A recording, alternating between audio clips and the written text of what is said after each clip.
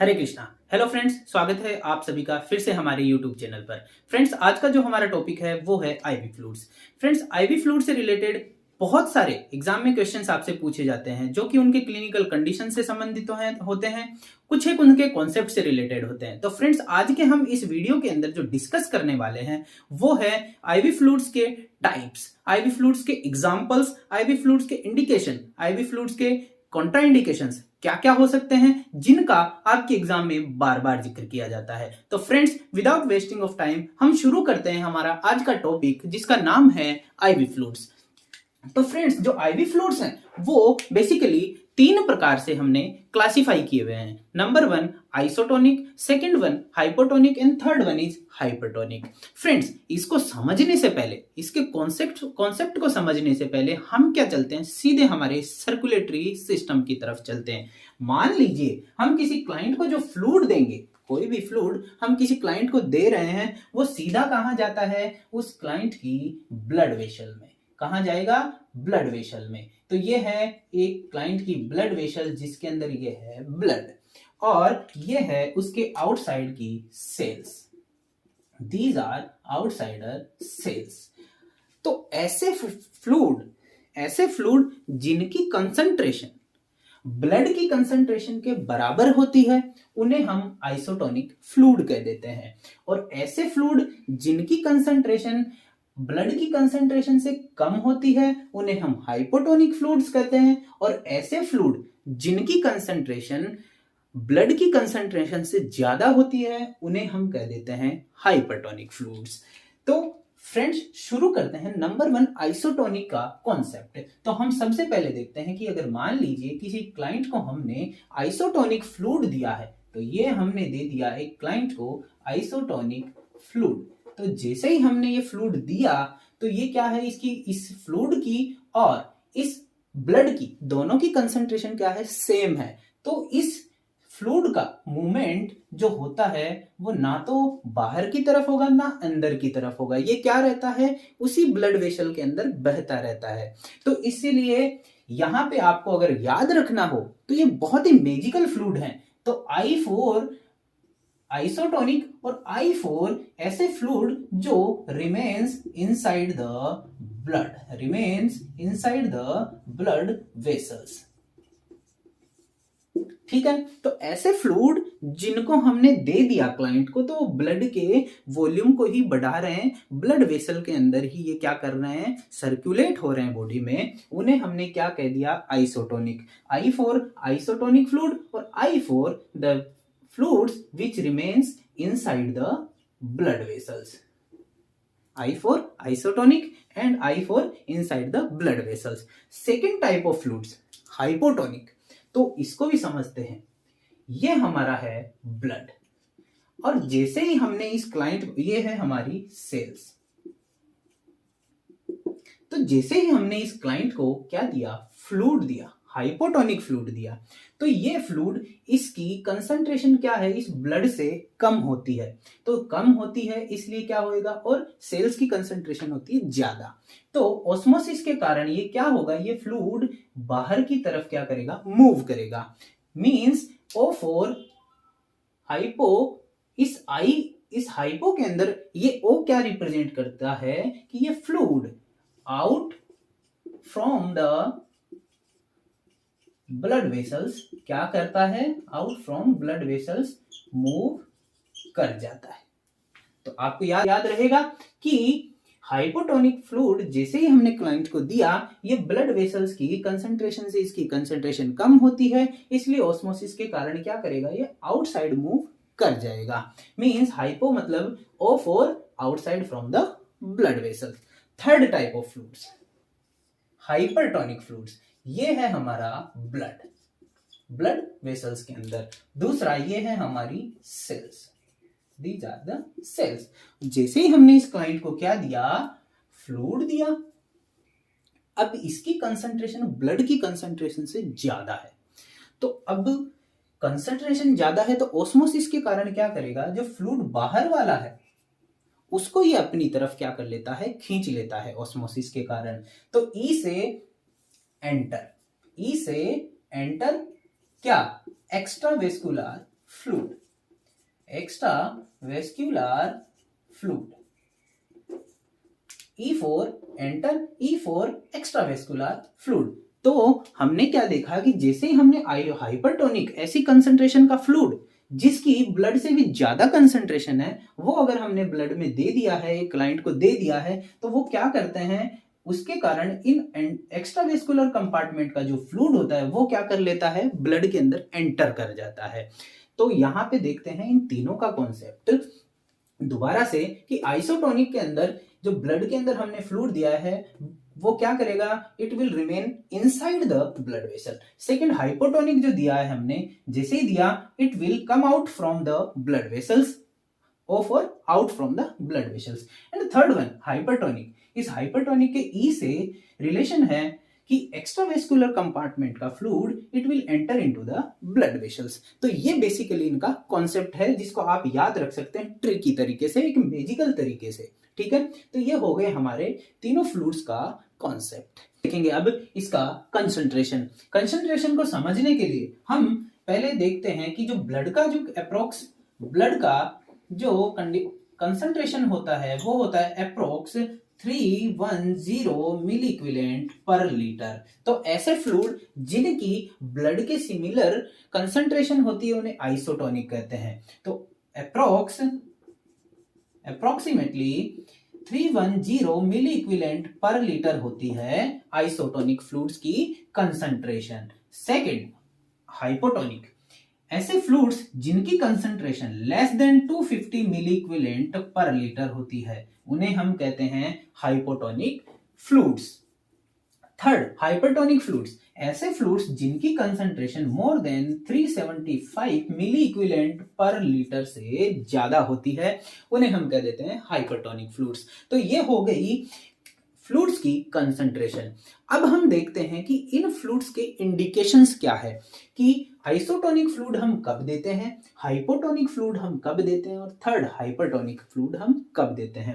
पहले देखते हैं आइसोटोनिक फ्लूइड। ये फ्लूइड मैंने आपको बताया कि these fluids remains inside the blood vessel.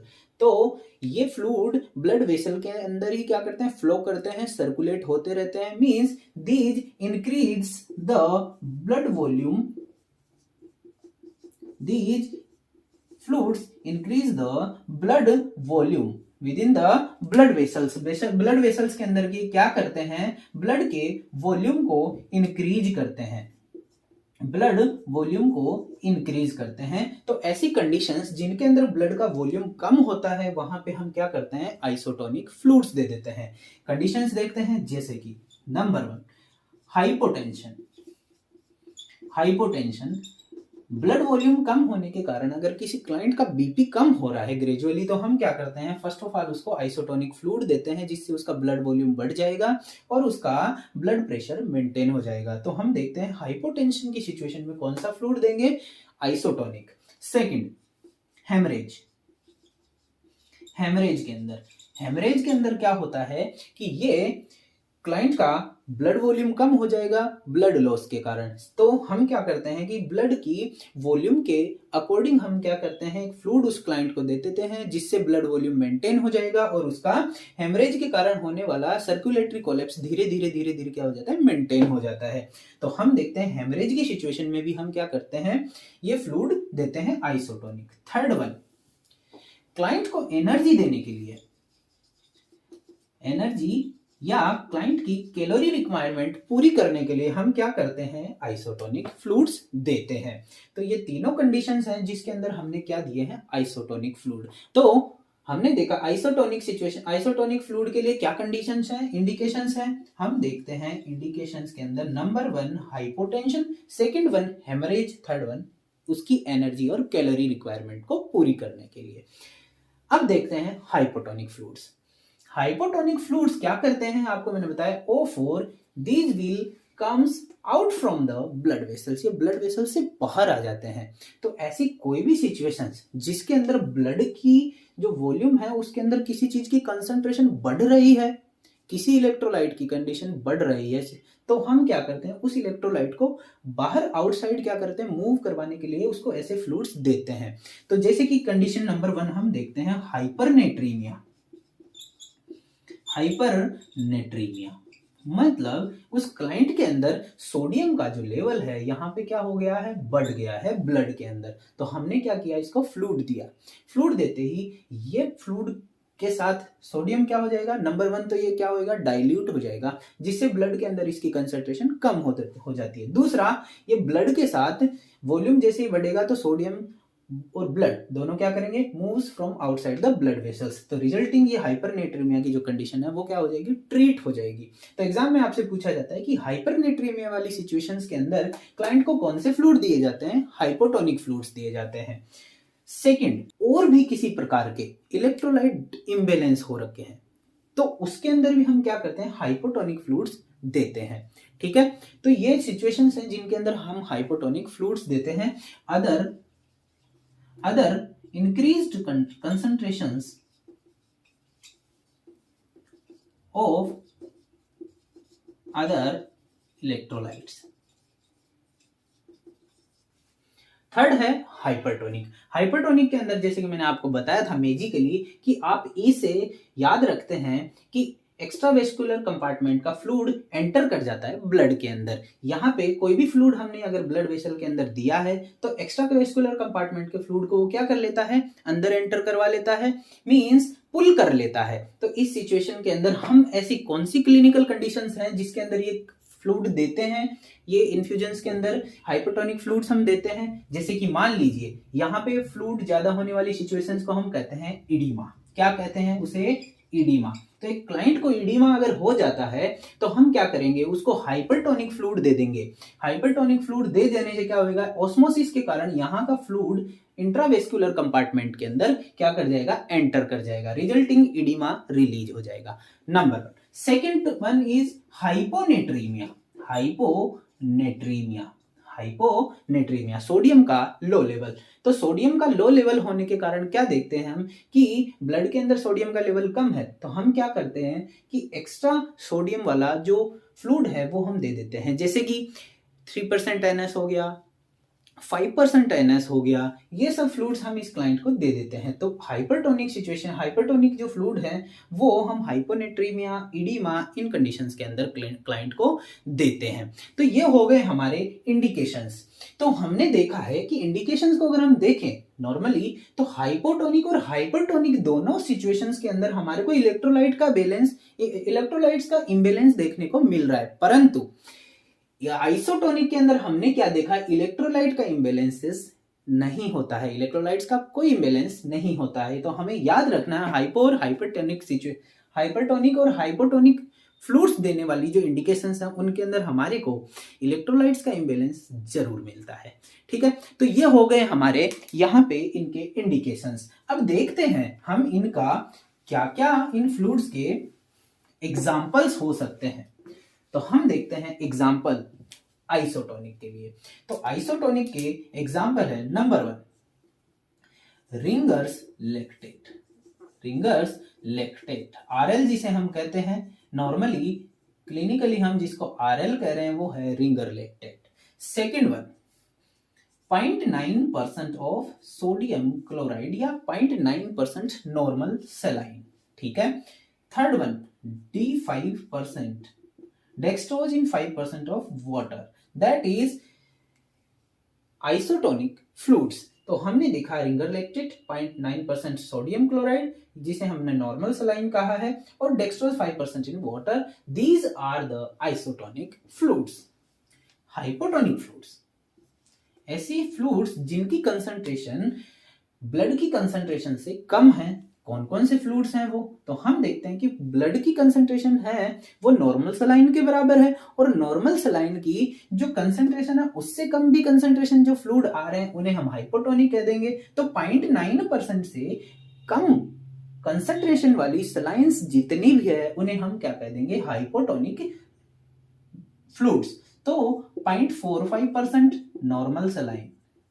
ठीक है। Second 0.33% normal saline, 0.225% normal saline, ये सभी क्या है, हाइपोटोनिक फ्लूइड्स हैं। तो 0.45% नॉर्मल सलाइन को हम हाफ NS कहते हैं, 0.33% नॉर्मल सलाइन को हम अपन 1/3 NS कहते हैं, और 0.225% NS को, नॉर्मल सलाइन को हम 1/4 NS कहते हैं। तो ये हो गए हमारे hypotonic fluids.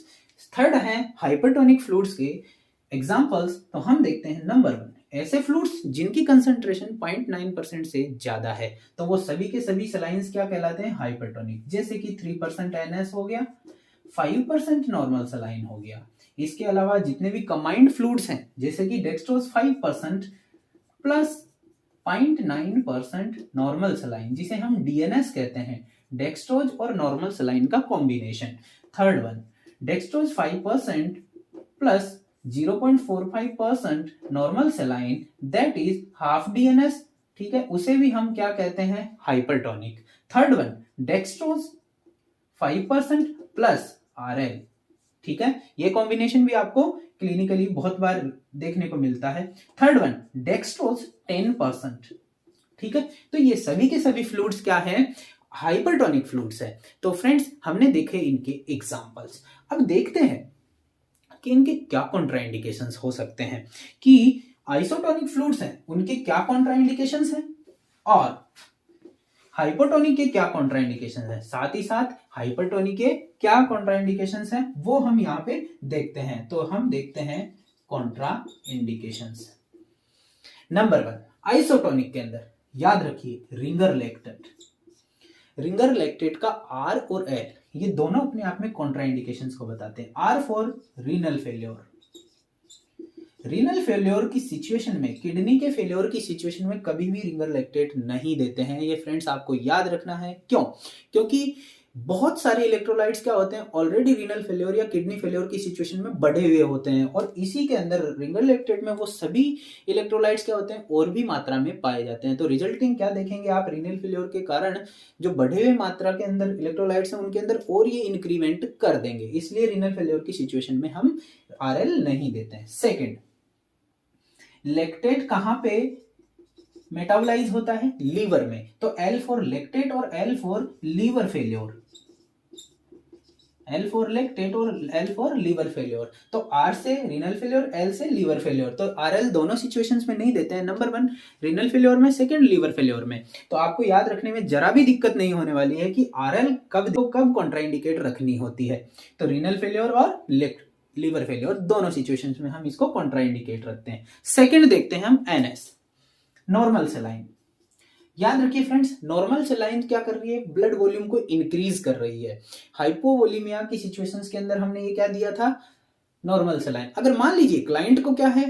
Congestive heart failure, तो ऐसी सिचुएशन के अंदर क्या है कि ब्लड का वॉल्यूम है, वो बेसिकली ब्लड का वॉल्यूम को अपना हार्ट क्या कर रहा है? पंप नहीं कर पा रहा है। ऐसी सिचुएशन को हार्ट फेल्योर कहते हैं। तो कंजेस्टिव हार्ट फेल्योर की सिचुएशन के अंदर ब्लड वॉल्यूम को हार्ट ऑलरेडी हमारा मैनेज नहीं कर पा रहा है, और इस सिचुएशन में हमने नॉर्मल सलाइन दे के और वॉल्यूम को इंक्रीज कर दिया, तो क्या हो जाएगा? क्लाइंट फेल्योर को और भी ज्यादा क्या कर देगा? बढ़ा देगा। तो हम देखते हैं CHF की कंडीशन के अंदर नॉर्मल सलाइन नहीं देते हैं। थर्ड वन हमें यहाँ पे D5%। तो D5% का आपको जैसे कि पता है, डायबिटिक क्लाइंट्स के अंदर ये नहीं देते हैं। डायबिटिक क्लाइंट्स के अंदर, डायबिटिक पेशेंट्स के अंदर हम डेक्सट्रोज नहीं देते हैं। ठीक है, अनलेस एंड अनटिल ये फिजिशियन प्रेस्क्राइब नहीं करता है, या अनलेस एंड अनटिल ये न्यूट्रलाइज नहीं की हुई है इंसुलिन से। तो हमने देखा कि RL हम रीनल फेल्योर और लीवर फेल्योर में नहीं देते हैं, NS हम कार्डियक कंजेस्टिव हार्ट फेल्योर में नहीं देते हैं, और D5 हम देते हैं डायबिटिक क्लाइंट्स के अंदर नहीं देते हैं। तो ये हो गए हमारे आइसोटोनिक फ्लूइड्स की कॉन्ट्राइंडिकेशंस। हाइपोटोनिक फ्लूइड्स की कॉन्ट्राइंडिकेशंस। हाइपोटोनिक फ्लूइड्स याद रखिए कब नहीं देते हैं? नंबर 1 होते हैं। बच्चों के अंदर हमेशा हम अवॉइड करते हैं हाइपोटोनिक फ्लूइड्स। रीजन, क्या कारण है? क्योंकि यहां 2 रीजन हो सकते हैं इनके। एक, क्योंकि इनके एंटीरियर फ्रंटनल और पोस्टीरियर फ्रंटनल अभी भी क्या है? ओपन है।